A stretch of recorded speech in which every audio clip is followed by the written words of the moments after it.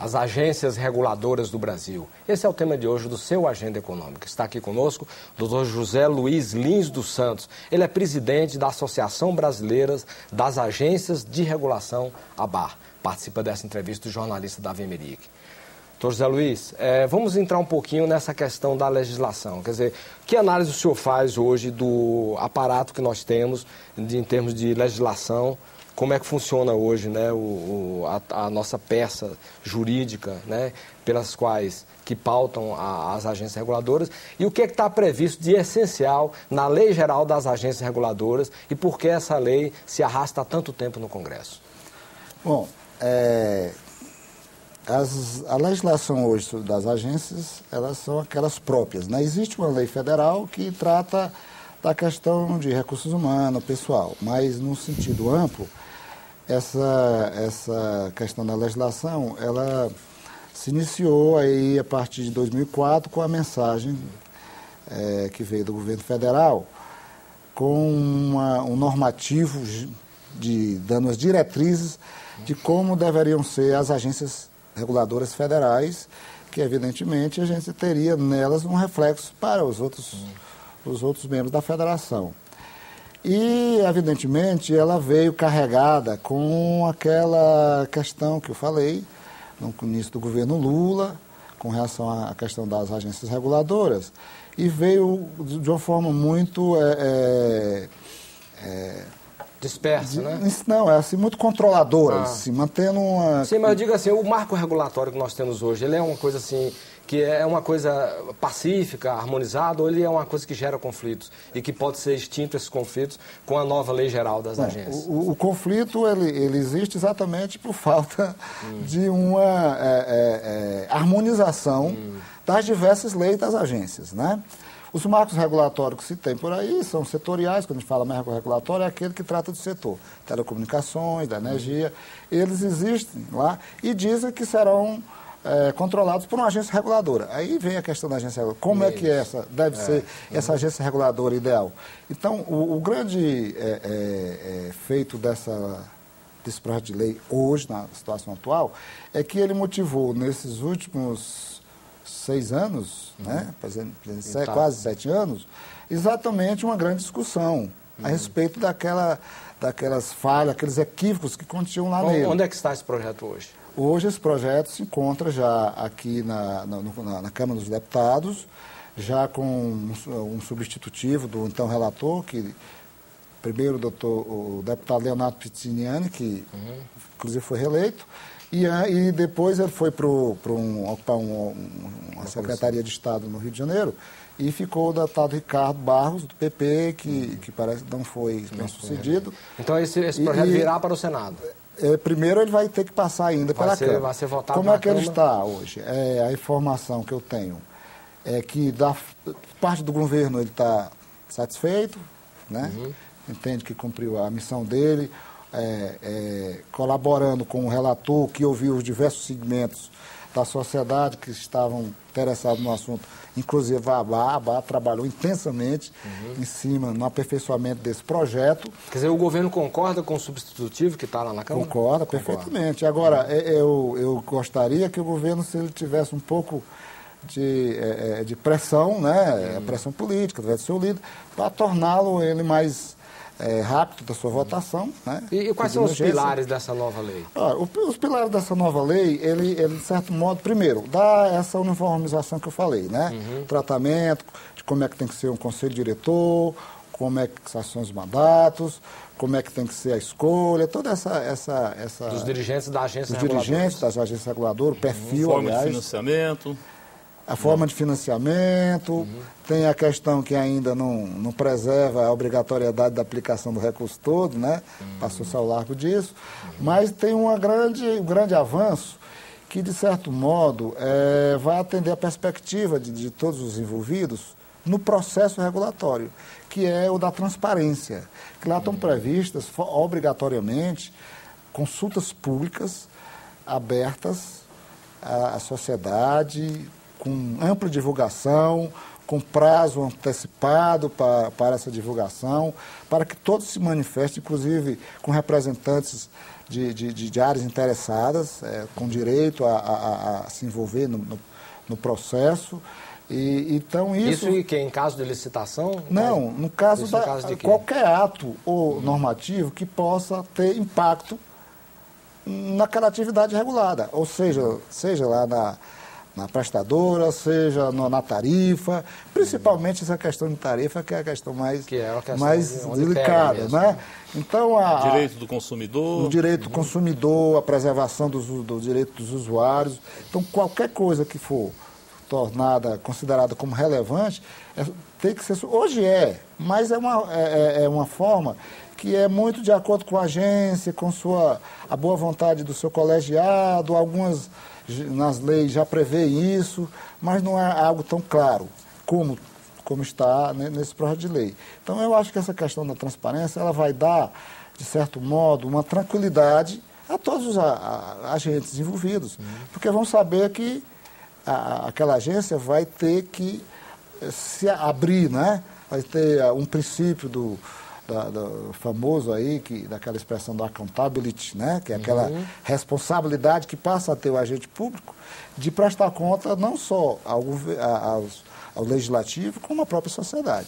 Então, ela vai ser, acredita-se, um grande avanço nessa questão da regulação. A associação do senhor tem vários filhos, principalmente as agências federais, só 3 que não estão associadas à associação do senhor. Dos federais. Eu não sei se é possível puxar a orelha um pouquinho de algumas delas, mas vamos lá. A Anatel, que foi criada em 1997, para promover o desenvolvimento das telecomunicações e tal, é um setor campeão absoluto em número de queixas dos usuários. Como o senhor analisa a atuação da Anatel?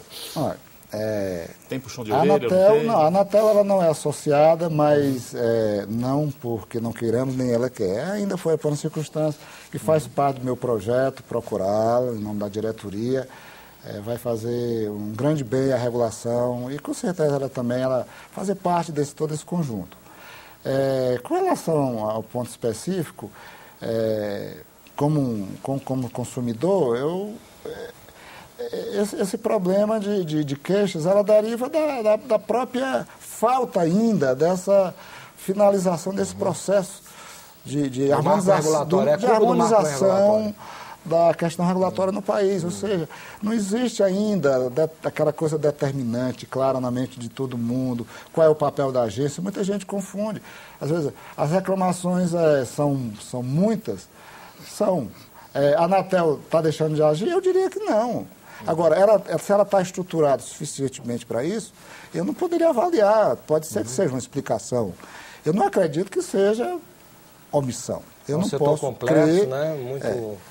Muito complexo, muita variedade, algo novo. Quer dizer, são empresas que estão lá querendo ter negócios.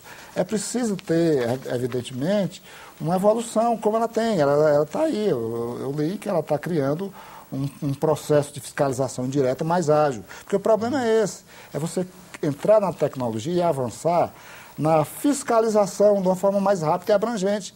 Não precisa eu receber a reclamação do Davi, eu vou pegar a reclamação do Davi, vou lá saber se está acontecendo ou não está acontecendo. Não, tem que ter aquela fiscalização abrangente. E ela está criando um sistema que está sendo polemizado aí, achando que vai invadir a privacidade, pelo que eu vi, não tem nada disso. Ela apenas vai coletar informações de como é que anda o desempenho daquele serviço de telefonia, se está sendo realmente dentro dos padrões e metas que ela estabeleceu para aquela concessionária, né?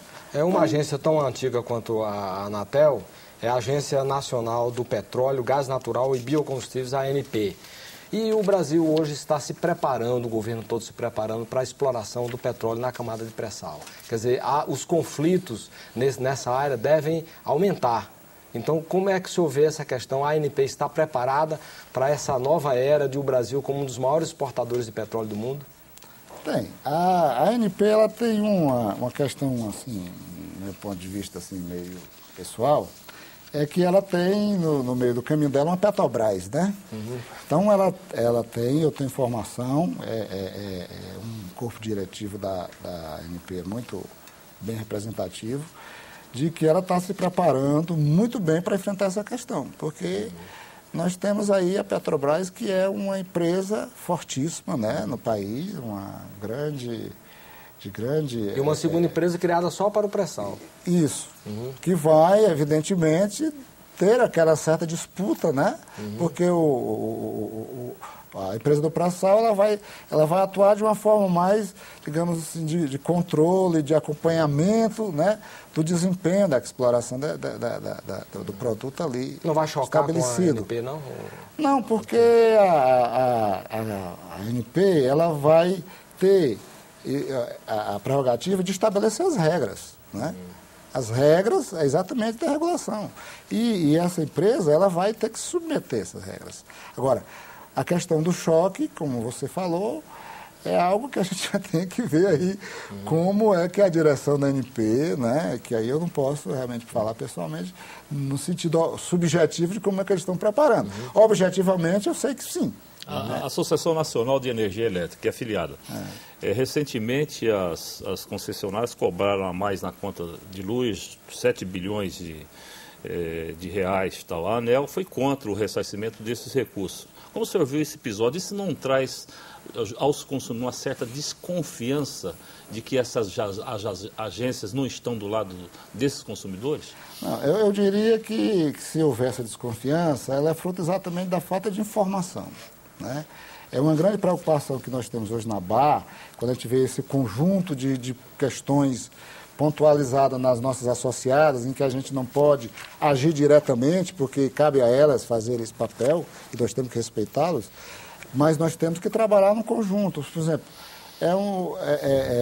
a associação tem que trabalhar de como fazer chegar à sociedade de como são esses conceitos da regulação, qual é esse papel da regulação. Entender o que é que a agência está fazendo. Ela, como eu falei, a política pública é dada pelos governos, né? Que determinam como que o avanço naquelas atividades de que ele é obrigado a prestar, ou diretamente, ou através de concessão. E cabe à agência fazer a regulação, o controle daquela atividade, conforme foi estabelecido no contrato. O que é que foi que aconteceu aí? A ANEEL teve o contrato que foi estabelecido em comum acordo com o governo, por delegação, isso passou pelo crivo do Tribunal de Contas, porque todos esses contratos de concessões são também analisados para ver se eles não estão causando nenhum tipo de prejuízo ao Estado, né, brasileiro. E então, o que é que acontece? No decorrer do tempo, descobriu-se que a metodologia que estava ali não estava causando um impacto na tarifa. Ou seja, no caso aí específico, era mais ou menos assim. Tinha que ser recolhido um determinado encargo para o governo e era baseado numa quantidade X de consumidores totais no país. E aquele X, ele era considerado aquilo que terminava no ano, né? Para estabelecer para a tarifa seguinte. Quando, na realidade, houve um esquecimento de que havia sempre um crescimento residual. Em vez de, por exemplo, 1 milhão de consumidores, na realidade, no ano que vem, eu vou trabalhar com 1 milhão e 100. Então, quando eu distribuo aquele total dos encargos por aquele 1 milhão e 100, na realidade, eu deveria ter uma tarifa menorzinha um pouco, né? Então, quando foi descoberto isso, o que foi que tratou a ANEEL de fazer? Verificou, é verdade, vamos tratar, vamos mudar o contrato. Foi um trabalho de convencimento que a ANEEL fez. Sim, mas aí apagou o que estava para trás, não era? Sim, isso. Mas aí é que veio aquela questão do contrato. A questão da imagem. Não, mas aí, como se diz, o erro, né? O erro da metodologia que você for detectar. Qual foi a origem? Onde é que está a questão? Erros acontecem aqui e ali. Um exemplo. A questão das telecomunicações, houve uma época em que uma parcela fixa lá do reajuste das tarifas era feita pelo IGPM. E o IGPM estava crescendo, numa velocidade maior do que o índice da inflação. Aí o que é que foi feito? Opa, peraí, está dando maior, vamos adequar. Renegociou-se os contratos com as concessionárias, botou-se outro índice setorial, e que o GPM depois começou a descer. Então, faz parte de um processo. Agora, a ANEEL não pode determinar as concessionárias, através de um ato regulatório dela, devolver aquele recurso, porque ela recebeu dentro do contrato. Certo? Estava um equívoco? Estava. Agora, ela tratou de atenuar aquilo ali para o futuro, pelo menos, como se diz, aquela história com Jesus Cristo, depois que perdoava o pecador, dizia, vai e não peque mais. Agora, eu quero dizer que isso é um processo. Nós vamos detectar muitos erros, é uma questão muito complexa. E que eu não posso... Até ajustar o funcionamento das agências. Entender que isso vai ser desconfiança. Né? Porque é para isso que serve esse processo de transparência que a gente, tanto dentro da própria associação, propugna junto às nossas associadas. Vamos ser transparentes, vamos mostrar, certo? Então, a ANEEL não poderia ser absolutamente tratar de uma forma demagógica uma questão que ela poderia trazer um prejuízo muito maior à nação, porque essas empresas iriam todas ao judiciário. Olha, eu tenho um contrato, a regra é essa, eu não vou pagar. E aí, o que acontecer? Juiz... Meu amigo, tudo bem, liminarzinha, aí a ANEEL ficava perdendo aí a sua força perante até sua credibilidade junto ao próprio judiciário, porque estava pleiteando, dando determinações que ela devia saber que não podia dar, né? E o Agenda Econômica fica por aqui. Se você tiver críticas ou sugestões ao nosso programa, use o nosso portal www.senado.gov.br/TV. Para saber mais sobre as atividades das agências reguladoras no Brasil, use o portal da ABAR, www.abar.org.br. Nós agradecemos a entrevista e as informações que nos foram prestadas pelo presidente da Associação Brasileira das Agências Reguladoras, ABAR, José Luiz Lins dos Santos. Agradecemos também a participação do jornalista Davi Emerick. A você de casa que nos acompanhou, muitíssimo grato pela sua audiência e até o próximo Agenda Econômica. Até lá.